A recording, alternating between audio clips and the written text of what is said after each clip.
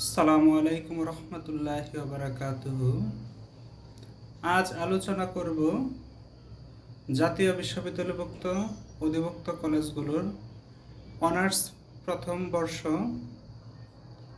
এবং ঢাকা ইউনিভার্সিটির অধিভুক্ত 7 কলেজের অনার্স প্রথম বর্ষের গণিত বিভাগের ফান্ডামেন্টাল অফ ম্যাথমেটিক্স বিষয় নিয়ে।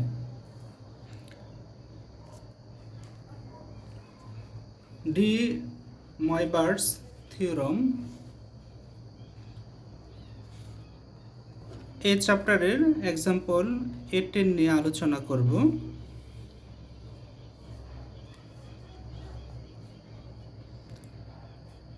যদি x square minus 2x plus 4 equal 0 সমীকরণটির দুইটি মূল আলফা এবং বিটা হয়, তবে দেখাও যে alpha to the power n plus beta to the power n equal 2 power n plus 1 cos n pi by 3।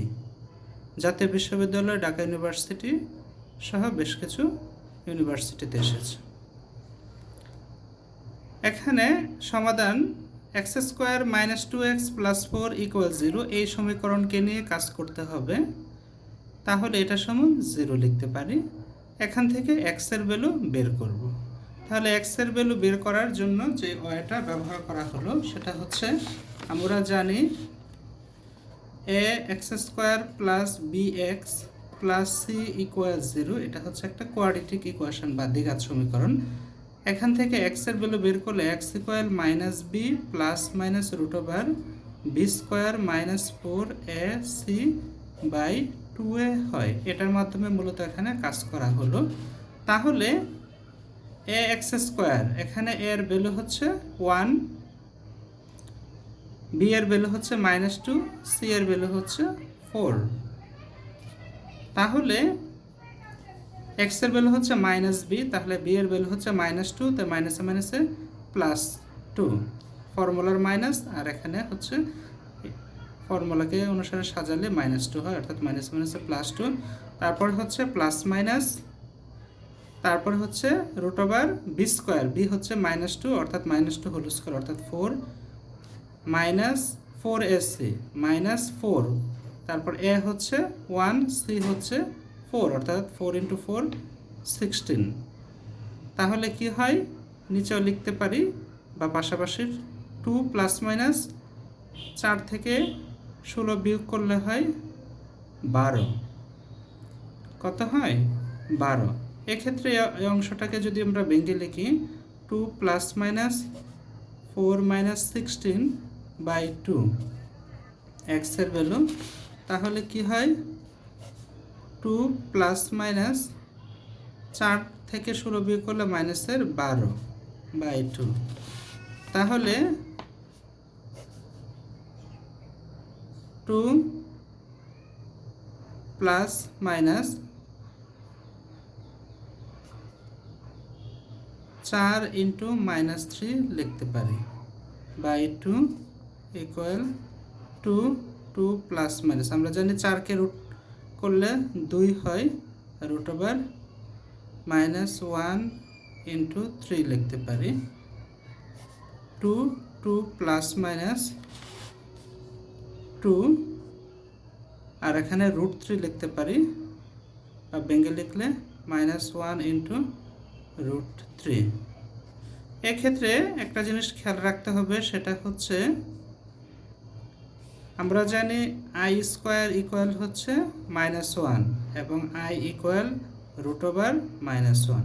কাজে কমপ্লেক্স নাম্বার বা জটিল সংখ্যার নিয়ম অনুসারে আয়ের ভ্যালু হচ্ছে রুট ওভার -1, অর্থাৎ এটাকে আমরা জটিল সংখ্যা বা কমপ্লেক্স নাম্বার হিসেবে ধরে 2i√3 লিখতে পারি। কেমন? এক্ষেত্রে 2 যদি কমন নেই, 1 প্লাস মাইনাস √3i বা i√3 একই কথা লেখা যায় বাই 2। তাহলে 2 ক্যান্সেল হলে 1 প্লাস মাইনাস √3i হয়। কেমন? তাহলে এই অনুসারে এখানে মূলত লেখা হলো 1 প্লাস মাইনাস √3i।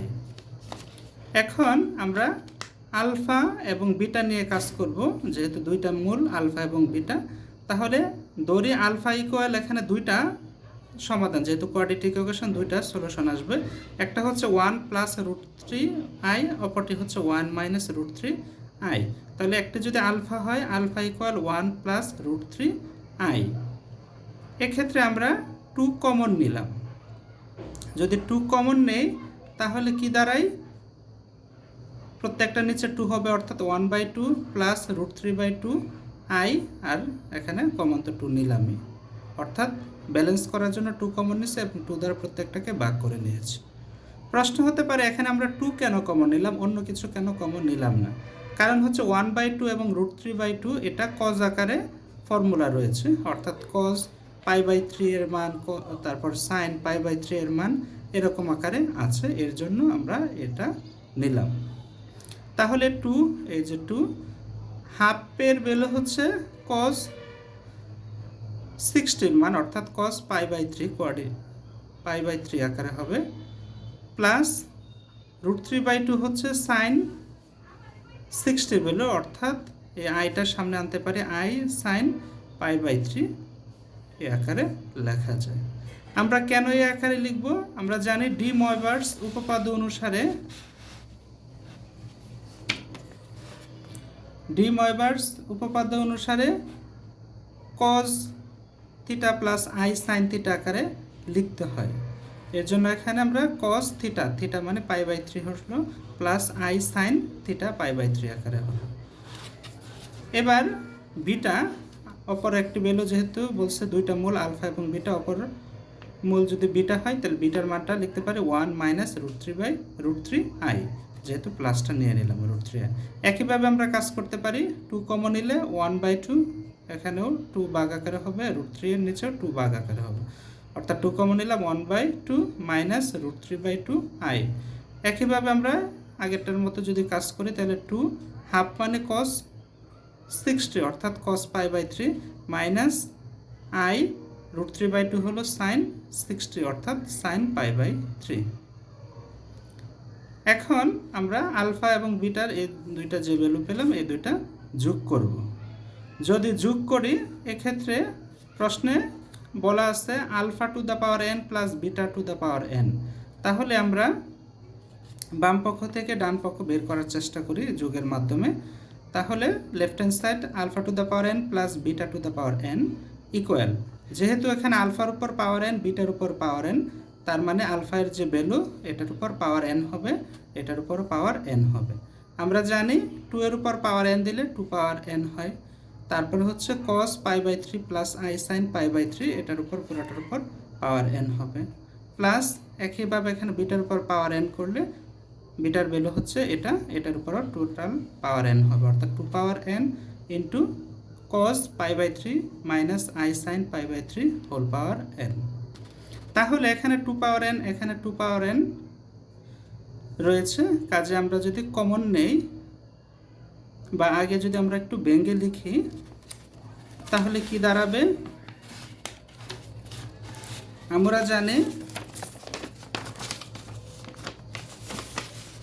জানি এই অংশটাকে যদি লিখি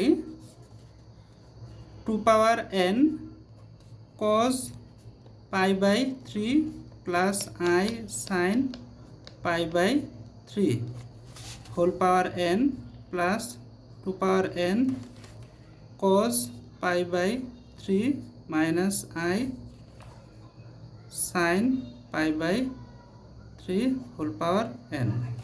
তাহলে আমাদের ফর্মুলা অনুসারে এটাকে যদি ভেঙে লিখি 2 পাওয়ার n কে, তখন লেখা যাবে cos n π/3 plus i sin n π/3, কেমন?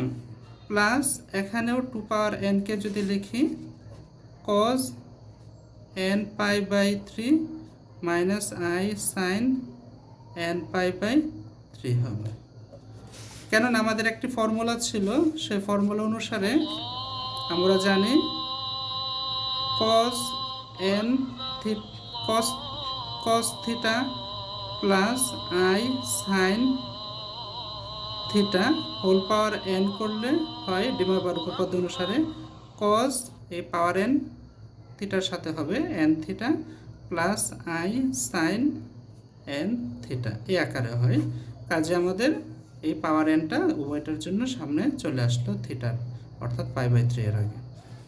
এখন আমরা এখানেও টু পাওয়ার এন যদি কমন নেই তাহলে কি হবে, টু পাওয়ার এন, তখন বাকিগুলোকে একসাথে করতে পারি, cos n π/3 plus i sine n π/3 plus cos n π/3 minus i sine n π/3।